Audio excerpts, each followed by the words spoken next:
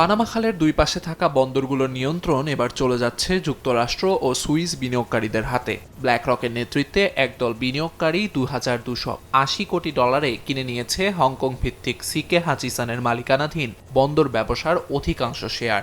এমন পদক্ষেপকে চীনের আঞ্চলিক প্রভাব কমানোর মার্কিন কৌশলের বড় সাফল্য হিসেবে দেখছেন বিশেষজ্ঞরা।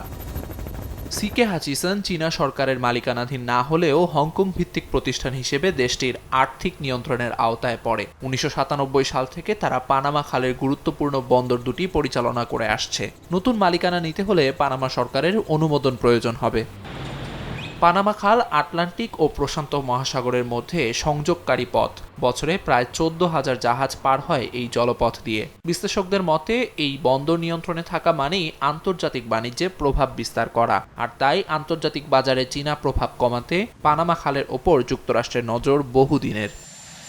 প্রেসিডেন্ট ট্রাম্প একাধিকবার এই খালের ওপর পুনরায় নিয়ন্ত্রণ নেয়ার পক্ষে কথা বলেছেন।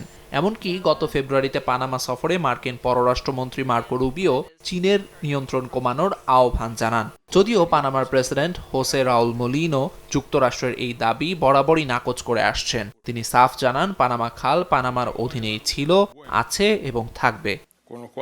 আমিরুল ইসলাম আলিফ, সময় সংবাদ।